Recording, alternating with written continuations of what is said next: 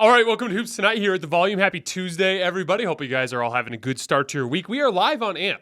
So if you're watching on YouTube or listening on the podcast feed, don't forget that AMP is the very first place that you guys can get these shows.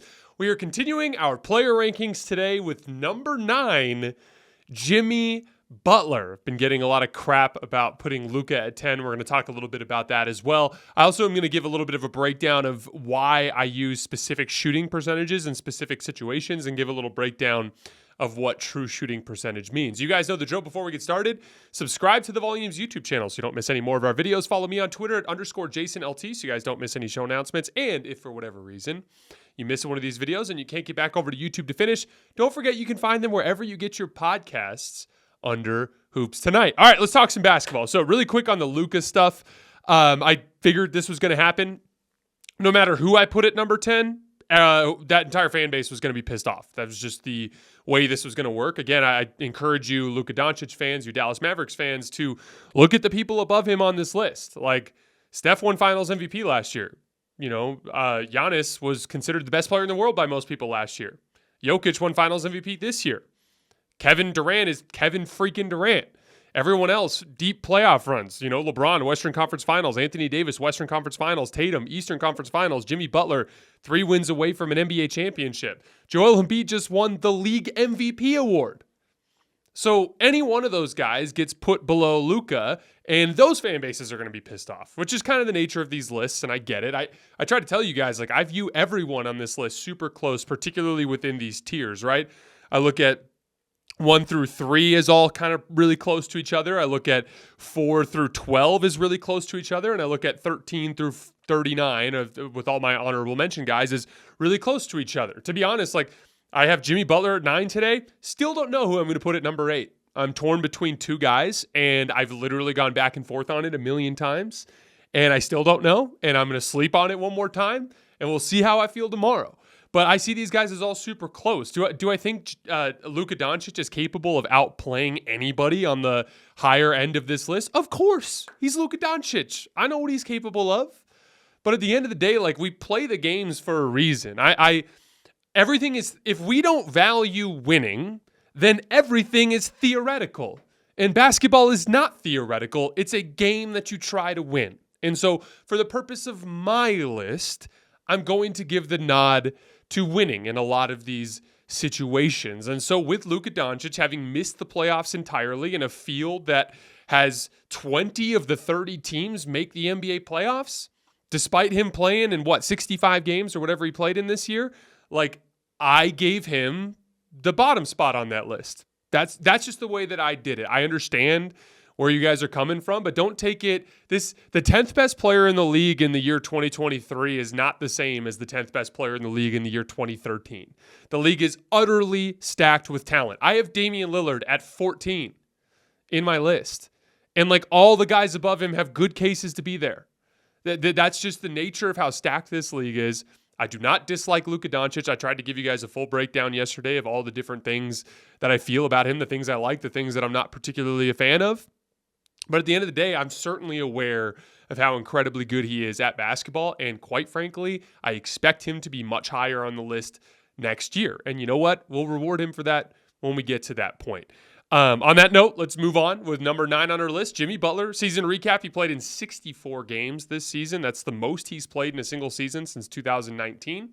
He averaged 23 points per game, which was the second highest mark of his career. He did average 24 points per game in 2017 with the Chicago Bulls, but he played about 4 additional minutes per game in that season. So on a per 36 basis, Jimmy actually averaged 25 points per game this year, which was the highest mark of his career. So per minute scoring, the highest volume scoring season of his career, and 64.7% true shooting, which is the highest mark of his career and utterly off the charts good. That's like Steph Curry type of true shooting percentage performance from Jimmy Butler. So what I wanted to do is take a couple of minutes here to take a break from Jimmy and talk about true shooting percentage and what it means, because I've had several people ask about it, and you guys see me always throw out all these stats on this show. You'll hear me throw out offensive rating, defensive rating. That's just points per 100 possession. All that is the scoreboard weighted for pace. You'll hear me throw out points per possession on play types. All that does is take every single pick and roll that Steph Curry runs and how many points they score. It's just a simple equation of when Steph Curry either shoots out of pick and roll or passes out of pick and roll, how many points do they score? It's a good way for me to measure play types, right? But then we have field goal percentage, effective field goal percentage, and true shooting percentage. And all three of them, I think, serve a purpose. So I want to give a quick breakdown of what true shooting percentage means and why I use specific percentages in certain situations. So first of all, true shooting percentage, the actual equation, all it is half of your total points divided by the number of true shooting attempts you had in that game. Your true shooting attempts is just the number of field goals you attempted plus the number of free throws you attempted times 0.44. And the simplest way I could break that down to you is to say that true shooting percentage is just a field goal percentage that is weighted for both threes and free throws. Because guess what? If I beat my man off the dribble and he hacks me on the arm as I go up for a layup and I miss the layup, it doesn't count as a field goal attempt. But if I go to the line and I make both free throws, that is equally as valuable as if I drove to the basket and made a left-handed layup while not getting fouled, right? So true shooting percentage, in my opinion, is a very valuable stat for us to actually factor in all the different ways that a player can score a basketball, right? So let's talk about each of the three percentages and why I think each of them have value. So first of all, true shooting percentage is just field goal percentage weighted for threes and free throws. Effective field goal percentage is just field goal percentage weighted for threes. And field goal percentage is just your total number of field goal attempts and the percentage you made those specific field goal attempts regardless of type, right? Here's why I value each. Why would I think of it this way? Why would a field goal percentage matter? So if I went, 7 for 20 from the field, but I made 7 threes, then I scored 21 points on 20 shots, which is going to be a pretty good effective field goal percentage, over 50%, right? But I missed 13 shots. A missed shot isn't just a failure to score the basketball. It's a rebound, often a long rebound on shots that are lower percentage further away from the basket. Long rebounds give opportunities for defenses to attack and transition the other way, especially on corner three-point shots or layups missed at the rim. Why? Because in those situations, the offensive player is all the way at the baseline and in a disadvantageous position to get back in transition defense. So field goal percentage has value in the sense that if you're a scorer that has a really low field goal percentage but a really high true shooting percentage, often there is a defensive price to be paid for all of those missed shots. So field goal percentage has value in this discussion. Effective field goal percentage, in my opinion, is the best indicator of your ability to actually put the ball in the basket, right? So in a scenario where you're not getting the benefit of a whistle, how good are you at actually putting the ball in the basket? It's the value of all field goals, but it only counts field goals, not free throws. I use this one particularly on specific shot types. So for instance, pull-up jump shooting. There are a lot of pull-up jump shooters that shoot really high percentages but don't ever take pull-up threes. And so even though they shoot good percentages on pull-up jump shots, their value on them is not great. Then there are a lot of guys like Steph Curry and Damian Lillard who take a ton of pull-up threes, right? And those guys are going to have lower field goal percentages on pull-up jump shots, but they're going to have higher effective field goal percentages. So on specific shot types, particularly pull-up shooting, you guys are going to hear me say effective field goal percentage a lot, catch and shoots and in pull-up jump shooting situations. For example, Kevin Durant, Joel Embiid, and Shai Gilgeous-Alexander are all guys that take a ton of pull-up twos, but very rarely take pull-up threes. So their field goal percentages are pretty high. But their effective field goal percentage on those shots is relatively low. This is the best example I can give you. Steph Curry was only a 44% pull-up jump shooter last year. Kevin Durant was a 55% pull-up jump shooter in Brooklyn last year. That's an 11% gap. But because Steph almost exclusively takes pull-up threes, his effective field goal percentage on pull-up jump shots was 61% to just 60% for Kevin Durant. So that's kind of the value of effective field goal percentage. You're going to primarily hear me reference that one in relation to catch and shoot shooting and pull-up jump shooting because there's a delineation between long twos and threes, right? True shooting percentage, in my opinion, is the best overall marker of efficiency for a score because it factors in all three. And remember, getting to the foul line is immensely valuable to your basketball team. Why? The exact opposite of the concept we were talking about on missed shots. Missed shots by transition opportunities for the opposing team, right? So the goal is to get your defense set, right? Because when your defense is set, you've got an on-ball defender, you've got the two guys one pass away playing in the passing lanes, and you have the two guys on the back line loaded up in the paint. That's your shell drill, right? When your defense is set, it's very hard to score on you. When you're not set, and the help defenders are spaced out, locating their man in transition or simply not back, there are a lot bigger gaps for the offense to attack. Or a lot of times people fail to pick up the ball, and the guy will drive the length of the floor and get a good look for himself in one way or another, right? So getting your defense set is vitally important. The best way to get your defense set, take a guess, is a dead ball situation, right? So out of bounds, timeout, end of the quarter, anything where the ball is being inbounded, right? But what is the second best situation to set your defense? It's a free throw.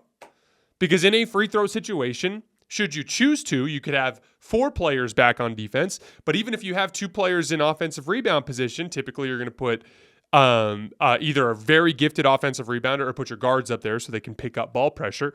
You're going to have 3 guys back or 2 guys back ready and in a position to set your defense quicker than usual, right? And then the third best situation to set your defense is an actual made basket. Still opportunity to push the ball in transition in those situations, but in a made basket, they have to take the ball out of the net, get behind the baseline, and then inbound it so you buy yourself some time there. So in my opinion, true shooting percentage, even though there's a downside to guys that are just purely foul grifters and the way that can affect your offense, overall, it's a beneficial thing for your team because if you get to the foul line, you get to set your defense, which makes it more likely for you to get a stop, which helps you get out and transition yourself. That kind of chain reaction in a lot of cases can be started by getting to the foul line. Not only that, it disrupts the rhythm of the opponent's offense. They're trying to get into a groove and they can't because they're constantly fouling you and sending you to the foul line and standing around for 10, 15 seconds at a time, right? But there are a lot of guys in the NBA who put up great true shooting percentage numbers, but they struggle to do that in the playoffs, right? This is not exactly super uncommon. This is the Trae Young effect. This is the James Harden effect, right? Why is that, do you guys think? In my opinion, it's because if you have a great true shooting percentage, but a gap between your true shooting percentage and your actual shooting percentages, that implies, by the math, that you rely more on making long-distance jump shots and by getting to the foul line. If you have a smaller gap between your efficiency in true shooting percentage and your actual field goal percentages, that means that you don't rely as much on long-distance jump shot result and getting to the foul line, getting a good whistle, right? And so I think a lot of times you will see players that have those large gaps, really high true shooting percentages, but low field goal percentages. You'll see them be much more prone to inconsistency in the playoffs because if they don't get a whistle on any given night, they suffer in the scoring. If they don't have their long distance jump shot going, they end up suffering in the scoring. The best example of this that I can give you guys is LeBron James and James Harden. And I have a couple crazy stats that I'm going to give you guys just to kind of break this down. So LeBron is considered the most consistent playoff performer of this era. In the regular season, for his career, he's 51% field goals, 55% effective field goals, 58% true shooting. In the postseason, he's 50% field goals, 54% effective field goal percentage, and 58% in true shooting. He doesn't rely too much on getting to the foul line, and he doesn't rely too much on long-distance shooting. And so the output, instead of being super up and down, is pretty consistent, right? James Harden is considered the worst playoff performer of this era. He has a regular season career field goal percentage of 44%, effective field goal percentage of 53%, and a true shooting percentage of 61%. So the gap for LeBron between his actual field goal percentage and his true shooting percentage is only 7%. For James Harden, it's 17%. So he relies a great deal on the whistle and long-distance shot result to get the scoring that he needs. As a result of that, he's really inconsistent. If his step-back three isn't going, he could have a bad game. If he doesn't get the whistle that he wants, he can have a bad game. Here's the final stat I'm going to read to you guys. LeBron James has played in 282 career playoff games. In those 282 games, he has failed to score 20 points just 30 times. 30 times in 282 games. That means he will have a bad game in terms of scoring output about 1 out of every 10 times. In fact, even though he was in his 20th season this year, it happened to him just once this entire postseason. Old LeBron just one time this postseason. In what was that, 17 games? 1 out of 17 times. Even if we take James Harden's Oklahoma City years completely out of the equation, when he was coming off the bench in inconsistent minutes and he was super young, right? Not the player that we think of James Harden as now.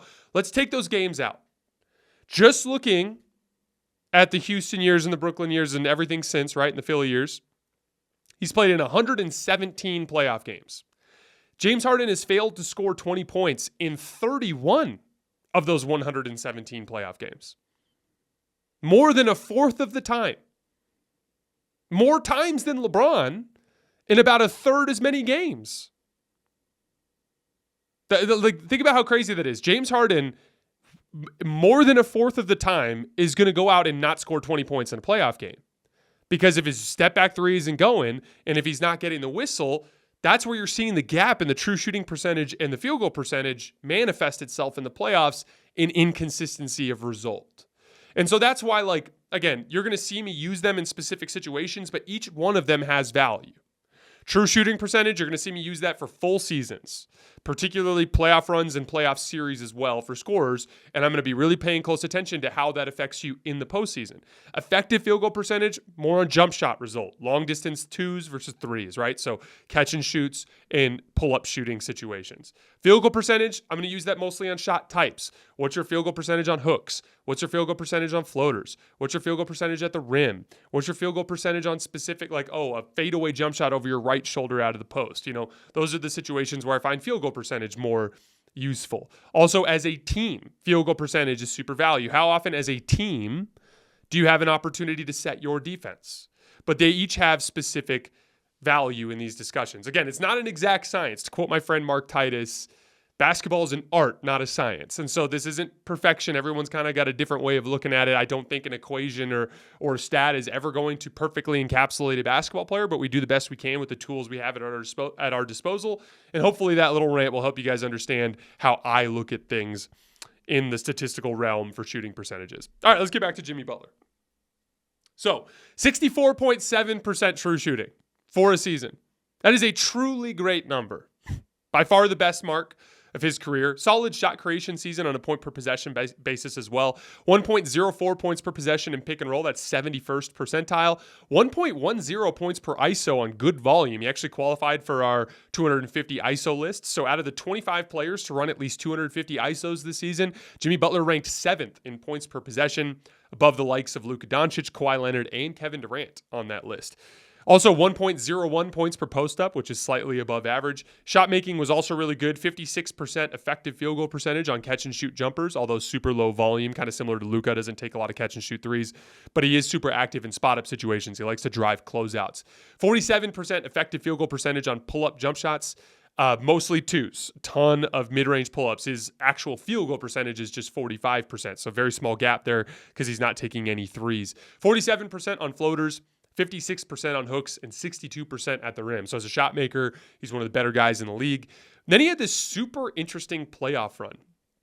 Completely obliterated and embarrassed Giannis Antetokounmpo and the Milwaukee Bucks. He scored 98 points in the final 2 games of the series, including a ton of clutch shots. To give you an example, in all the clutch minutes of the series, Jimmy Butler scored 21 points, and the Bucks as a team scored 24 points. So Jimmy almost by himself outscored the Bucks in clutch situations in that series. He finished the series averaging 38, 6, and 5 on 60% from the field and 44% from 3, which translates to a 65% effective field goal percentage and 67% true shooting percentage, for those of you guys keeping track from earlier. By the way, not a huge true shooting gap because didn't shoot well when he got to the foul line in that series. Missed a lot of free throws. But really not a bad start to a playoff run.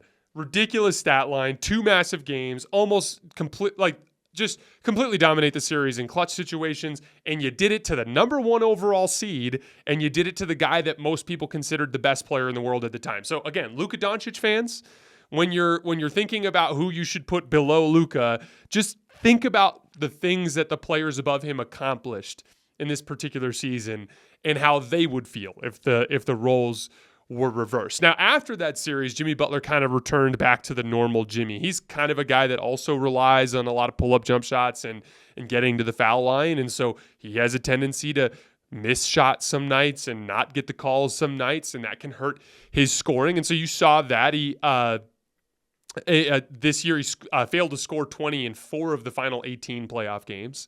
Kind of similar to what happened last year, remember, where he had 2 random single-digit scoring games in the Eastern Conference Finals. The Heat in this postseason were undefeated when Jimmy scored 30 or more points. That was in 5 games, but they were 2-4 when he scored 21 points or fewer. So that inconsistency did directly translate to the Heat losing some games as well. That also dropped his numbers after the Bucks series. So in the final 3 rounds of the playoffs, he averaged 23.8 points per game, 42% from the field, and 31% from 3. So that drop off and that inconsistency is the main reason why I had him down at 9 on this list, despite being just 3 wins away from the NBA championship.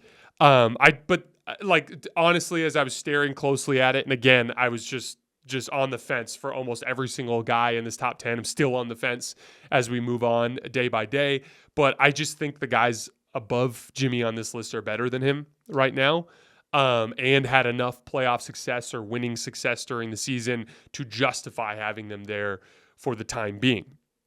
But again, as it pertains to Luka, I just can't, because even with all of that, even with the inconsistency, even with the somewhat average final 3 playoff rounds, he finished the playoff run averaging 27, 7, and 6 on 57% true shooting and was the clear best player on a team that got 3 wins away from an NBA championship, knocked out the 2 best records in the league, knocked out 2 guys above him on this list. Come on, man. How can I put him below Luka? How, in my right mind, can I watch him actually do that in games and put him below Luka? Again, if we just look at the skill sets, it's all theoretical. We play the games to determine results. And for me on my list, I'm always going to reward guys who win basketball games. And I'm going to, at least temporarily, give guys lower spots on the list when they have seasons where the winning doesn't follow for one reason or another. Why does Jimmy always seem to go up a level in the postseason? I think this is a super interesting topic because every year when this happens, everyone freaking loses their mind and goes, oh my gosh, it's playoff Jimmy, it's playoff Jimmy. But it's super unique to me, but at the same time, it's explainable with basketball concepts. So I want to dive into that a little bit. I want to start on the defensive end here, because I think it's the most important element. Jimmy's postseason numbers really aren't that impressive, right? Even as I read those numbers, 27, 7, and 6, that's pretty on par with what Jamal Murray averaged in this playoff run, right? So what is it statistically that's impressive? Nothing particularly, right? But at the same time, he keeps winning these huge playoff games and series against guys that we've always thought were better than him. So in the basketball game, not the box score, in the basketball game, Jimmy stays winning. And why do we think that is? I think we have to start with the defensive end of the floor. Jimmy is a defensive playmaker on the perimeter. He gets compared to Michael Jordan a lot, and I don't really see that much offensively, but I do see it on the defensive end of the floor. Michael Jordan was a super aggressive defensive playmaker on the perimeter that forced a ton of turnovers and got out in transition. That is Jimmy's bread and butter, whether it's poking the ball away from ball handlers in the dribble pocket to playing passing lanes. He is constantly jumping things, forcing turnovers, and leading to easy baskets the other way. Here's another crazy stat for you. Since the 2019 bubble, Jimmy Butler leads the entire NBA in playoff steals by a mile. He has 138 steals in that span. Nobody else in the league has even cracked 100. Take a guess who's number 2. If you guessed Kawhi Leonard, you were correct. But in my opinion, he's arguably the best defensive playmaker in the league, which is why it was so genius to put him on Jaylen Brown to break his confidence in Game 7 of the Eastern Conference Finals. It's why him and Bam Adebayo were by far the most effective duo guarding the Jamal Murray, Nikola Jokic pick and roll or 2-man game in this postseason, Just Jimmy's ridiculous ability to chase over the top, which allowed Bam Adebayo to stay home and battle with Jokic, and he pressured Jamal Murray into a lot of tough shots. In fact, 4 of the Nuggets' lowest scoring games in this postseason were against Miami. And I thought Jimmy and Bam were the key driving force behind that defensive success. I also thought that played a pretty significant role in Miami's offense sputtering and Jimmy and Bam's offense sputtering at times. I thought it had a lot to do with the amount of energy they were expending to slow down Denver successfully compared to their peers, although in a loss. He was also super valuable in Miami's zone, playing in gaps and baiting the Celtics into making bad passes and forcing turnovers. That defensive element is a legit advantage that Jimmy has over his peers, and it's a big part of why he keeps beating them in these big games, and that is a big part of why I have him as high on this list as I do. On the offensive end, it's all the usual stuff. He's an excellent athlete at his position, especially when it comes to strength. So he does not have trouble getting to his spots in the physical environment of the NBA playoffs. He is a versatile and creative scorer that very rarely does the same thing twice. He's got variety. As you're guarding him, you don't go, oh, I know he's going to this move next. You're like, oh shit, what's he going to do next? And that variety is a huge part of his success. He's a rim pressuring forward that can make plays for his teammates. Everyone looks at Miami's shooting success is just random hot shooting, but a lot of it has to do with Jimmy setting up his teammates for great looks out of rim pressure.